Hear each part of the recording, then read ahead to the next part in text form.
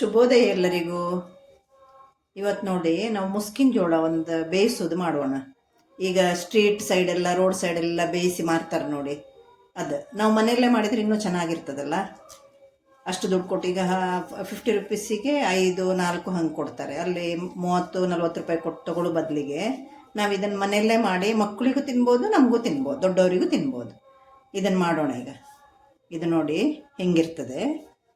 ಇದನ್ನು ಹೀಗೆ ಸಿಪ್ಪೆ ಎಲ್ಲ ತೆಗಿಬೇಕು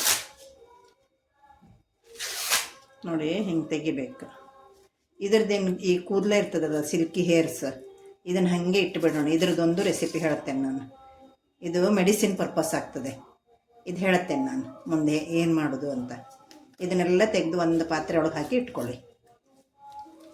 ಇದನ್ನೆಲ್ಲ ಸಿಪ್ಪೆ ತೆಗೆದು ಬೇಯಿಸ್ಕೋಬೇಕಿದು. ಹಿಂಗೆ ತೆಗೆದಿಟ್ಕೊಳ್ಳಿ.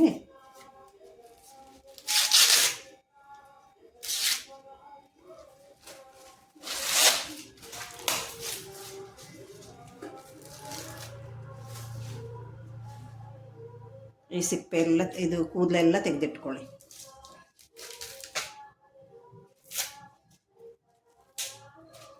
ಇದನ್ನ ಈಗ ಚೆನ್ನಾಗಿ ತೊಳ್ಕೊಂಡು ಬರುವ.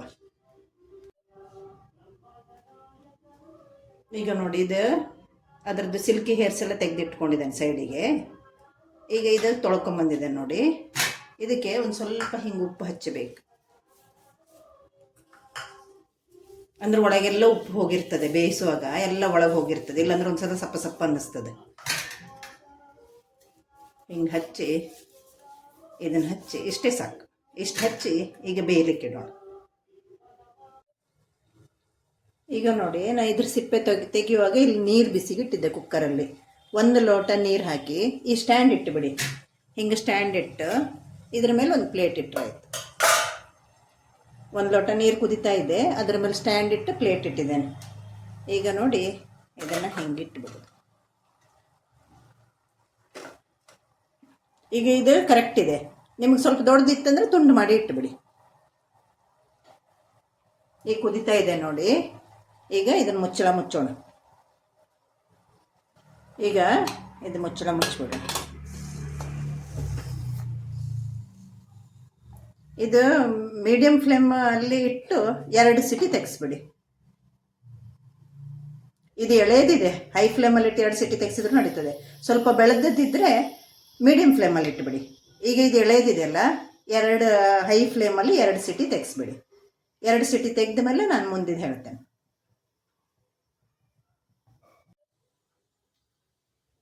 ಈಗ ನೋಡಿ, ಅದು ಜೋಳ ಬೇಯ್ತಾ ಇದೆ.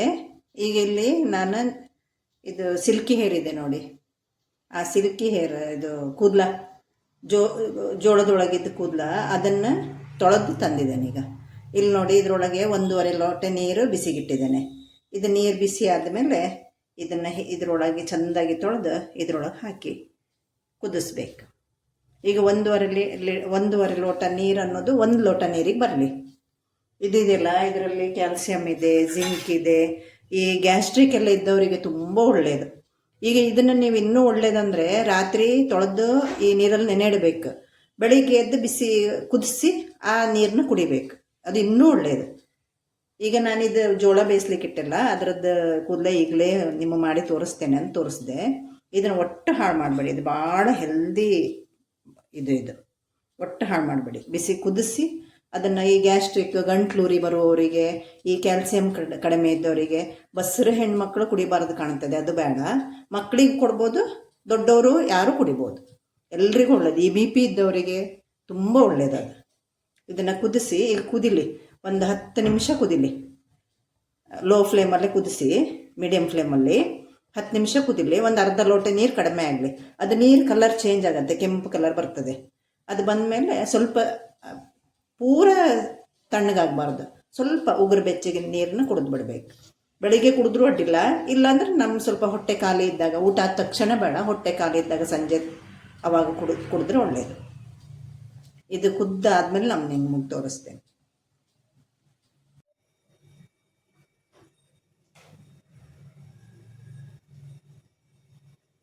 ಈಗ ನೋಡಿ, ಒಂದು 10 ನಿಮಿಷ ಆಯಿತು. ಇಲ್ಲಿ ನೋಡಿ 10 ನಿಮಿಷ ಆಯ್ತು. ಎಷ್ಟು ಚಂದ ಕುದ್ದು ಕಲರ್ ಹಿಂಗಾಗಿದೆ ನೋಡಿ. ಅದು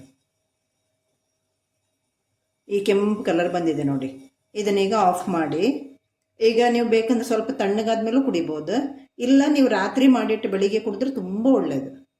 ಇದನ್ನು ಮುಚ್ಚಿಟ್ಟು ಬೆಳಿಗ್ಗೆ ಅಥವಾ ಸ್ವಲ್ಪ ಖಾಲಿ ಹೊಟ್ಟೆ ಇದ್ದಾಗ ಕುಡೀರಿ, ತುಂಬ ಒಳ್ಳೆಯದಿದು. ಈಗ ನೋಡಿ 10 ನಿಮಿಷ ಕುದಿಸಿದ ಕಷಾಯ ರೆಡಿಯಾಗಿದೆ. ಇದನ್ನು ಸೋಸ್ಕೊಂಡ್ಬಿಡುವ. ಇದನ್ನು ಹಾಗೆ ರಾತ್ರಿ ಮುಚ್ಚಿಟ್ಟು ಬೆಳಿಗ್ಗೆ ಕುಡಿದ್ರೆ ತುಂಬ ಒಳ್ಳೆಯದು, ಇಲ್ಲ ಸಂಜೆ ಎಷ್ಟೊತ್ತಿಗಾದರೂ ಕುಡಿದ್ರೆ ನಡೀತದೆ ಖಾಲಿ ಹೊಟ್ಟೆ ಇದ್ದಾಗ. ಇದು ನೋಡಿ ಕಲರ್ ಎಲ್ಲ ಚೇಂಜ್ ಆಗಿದೆ, ಕೆಂಪಾಗಿಬಿಟ್ಟಿದೆ ನೋಡಿ. ಉಗುರು ಬೆಪ್ಪಗಿರುವಾಗಲೇ ಕುಡಿದ್ಬಿಡಿ. ಮಕ್ಕಳಿಗೂ ಕೊಡ್ಬೋದು, ಏನು ತೊಂದರೆ ಇಲ್ಲ.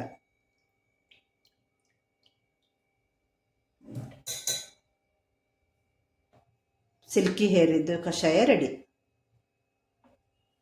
ಈಗ ನೋಡಿ 2 ಸಿಟಿ ಆಯ್ತಿದ್ದು ಜೋಳ ಬೇಯಲಿಕ್ಕಿಟ್ಟು ಈಗ ಚಂದ ಬೆಂದಿದೆ ನೋಡಿ. ಸ್ವಲ್ಪ ತಣ್ಣಗೂ ಆಗಿದೆ. ಈಗ ತೆಗೆಯುವ. ಈಗ ನೋಡಿ ಅದು ತೆಗೆದಿಟ್ಕೊಂಡೆ, ಬೆಂತಲ್ಲ 2 ಸಿಟಿಗೆ. ಈಗ ಇದಕ್ಕೆ ಅರ್ಧ ಸ್ಪೂನ್ ಖಾರ ಪುಡಿ ಹಾಕೇನೆ. ಇದಕ್ಕೆ ಮಸಾಲ ಮಾಡುವ, ಒಂದು ಕೋಟಿಂಗ್ ಮಾಡಲಿಕ್ಕೆ ನಿಮಗೆ ಎಷ್ಟು ಖಾರ ಬೇಕಲ್ಲ, ಖಾರ ಜಾಸ್ತಿ ಬೇಕಂದ್ರೆ ಖಾರ ಜಾಸ್ತಿ ಹಾಕ್ಕೊಳ್ಳಿ. ಉಪ್ಪು ಮಾತ್ರ ಒಂಚೂರೇ ಹಾಕ್ಕೊಳ್ಳಿ. ಆಗ ಬೇಯುವಾಗ ಉಪ್ಪು ಹಾಕಿದ್ವಲ್ಲ, ಅದಕ್ಕೆ ಒಂಚೂರು ಉಪ್ಪು ಹಾಕ್ಕೊಳ್ಳಿ. ಈಗ ಇದಕ್ಕೊಂಚೂರು ಚಾಟ್ ಮಸಾಲ ಹಾಕ್ಕೊಳ್ಳಿ, ಟೇಸ್ಟ್ ಚೆನ್ನಾಗಿ ಚಟ್ಪಟ ಟೇಸ್ಟ್ ಬರುತ್ತೆ. ಒಂದು 1/4 ಸ್ಪೂನ್ ಹಾಕ್ಕೊಳ್ಳಿ.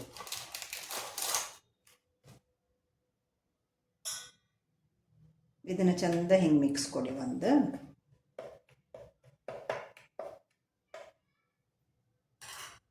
ಈ ಲಿಂಬು ಒಂದು ಅರ್ಧ ಕಟ್ ಮಾಡಿಕೊಂಡು ಈ ಮಸಾಲನ್ನ ಇದ್ರೊಳಗೆ ಹಾಕ್ಕೊಂಡು ಹಿಂಗೆ ಒರೆಸಿ ಚೆಂದಾಗಿ. ಇದು ಸ್ಟ್ರೀಟಲ್ಲಿ ಮಾಡ್ತಾರಲ್ಲ, ಸೇಮ್ ಅದೇ ಥರ ಟೇಸ್ಟ್ ಬರುತ್ತೆ ನೋಡಿ. ಇದು ಕುಕ್ಕರಲ್ಲಿ ಸ್ಟೀಮಲ್ಲಿ ಬೇಯಿಸೋದ್ರಿಂದ ಯಾವುದೇ ಒಂದು ಪ್ರೋಟೀನ್ ಹಾಳಾಗೋದಿಲ್ಲ, ಎಲ್ಲ ಹಾಗೆ ಇರ್ತದೆ. ಇದರಲ್ಲಿ ಯಾವುದು ಚೆಲ್ಲುವಂಥದ್ದಿಲ್ಲ ನೋಡಿ. ಇದು ತಿನ್ಲಿಕ್ಕಾಯ್ತು. ಇದರಲ್ಲಿ ಫೈಬರ್ ಕಂಟೆಂಟ್, ಭಾಳ ಫೈಬರ್ ಕಂಟೆಂಟ್ ಇದೆ. ಇದು ಎಷ್ಟು ಏಜ್ ಆದವರಿಗೂ ನಿಮಗೆ ಬೇಕಂದ್ರೆ ಇನ್ನೂ 1 ಸಿಟಿ ಜಾಸ್ತಿ ತೊಗೊಂಡ್ರೆ ತುಂಬ ಚೆನ್ನಾಗಿ ಬೇಯ್ತದೆ. ಬೇಡ ಅಂದರೆ 2 ಸಿಟಿ ಸಾಕು. ಏಜ್ ಆದವ್ರಿಗೆ ಬೇಕಾದ್ರೆ ಇನ್ನೊಂದು ಸಿಟಿ ತೆಗೆಸ್ಕೊಳ್ಳಿ. ಸ್ವಲ್ಪ ಬೆಳೆದಿದ್ದರೆ 3 ಸಿಟಿ ಬೇಕು. ಇದು ಎಳೆಯದಿದೆಯಲ್ಲ, 2 ಸಿಟಿ ಸಾಕು. ಇದರದ್ದು ಇದು ತಿಂತೇವೆ. ಇದರದ್ದು ಸಿಲ್ಕಿ ಹೇರ್ಸ್ ಇದ್ದಾವಲ್ಲ, ಕೂದಲು, ಅದೆಲ್ಲ ಬಿಸಿ ಮಾಡಿ ಕುದಿಸಿ ಅದರದ್ದು ಕಷಾಯ ಮಾಡಿ ಕುಡಿಬೇಕದು. ಗ್ಯಾಸ್ಟ್ರಿಕ್ಕಿಗೆಲ್ಲ ಒಳ್ಳೆಯದು.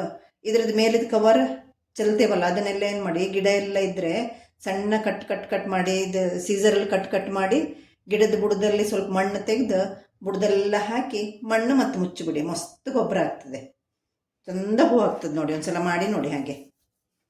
ಇದ್ರದ್ದು ಯಾವುದು ಚೆಲ್ಲುವಂಥದ್ದಿಲ್ಲ, ಎಲ್ಲದೂ ಒಳ್ಳೆಯದೇ. ಈಗ ನೋಡಿ ಇಷ್ಟ ಆಯ್ತಾ. ಈಗ ಆದ ತಕ್ಷಣ ಇದಕ್ಕೆ ಚಂದ ಬೆಣ್ಣೆ ಹಚ್ಚಿ, ಹಿಂಗೆ ಬೆಣ್ಣೆ ತೊಗೊಂಡು ಇದ್ರ ಮೇಲೆ ಚಂದ ಬೆಣ್ಣೆ ಹಚ್ಚಿ ಮಕ್ಕಳಿಗೆ ತಿನ್ನಕ್ಕೆ ಕೊಡಿ. ಇದು ಹುಳಿ ಉಪ್ಪು ಖಾರ ಈ ಬೆಣ್ಣೆ ಟೇಸ್ಟ್ ಎಷ್ಟು ಚೆನ್ನಾಗಿ ಆಗ್ತದೆ ನೋಡಿ. ನೀವು ಒಂದ್ಸಲ ಮನೇಲಿ ಮಾಡಿ ನೋಡಿ. ಸುಮ್ಮನೆ ಹೊರಗೇನು 30-40 ರೂಪಾಯಿ ಕೊಟ್ಟು ತಗೊಳ್ಳೋದಕ್ಕಿಂತ. ಮತ್ತು ಇದು ಮಕ್ಕಳಿಗೆ ಬೇಜಾರಾಗೋದು ಇಲ್ಲ. ನೀವು ಕೆಲವು ತಿಂಡಿ ಎಲ್ಲ ದಿನಾ ತಿಂದರೆ ಬೇಜಾರಾಗುತ್ತಲ್ಲ, ಇದು ಏನು ಬೇಜಾರಾಗೋದಿಲ್ಲ. ದಿನಾ ಮಾಡಿಕೊಟ್ರು ತಿಂತಾರೆ, ಹೆಲ್ತಿಗೂ ಒಳ್ಳೆಯದು ನೋಡಿ. ಹಿಂಗೆ ರೆಡಿ ಆಯಿತು. ಒಂದು ಸಲ ಮಾಡಿ ಮಕ್ಕಳಿಗೂ ಕೊಡಿ, ನೀವು ತಿಂದು ನೋಡಿ. Thank you.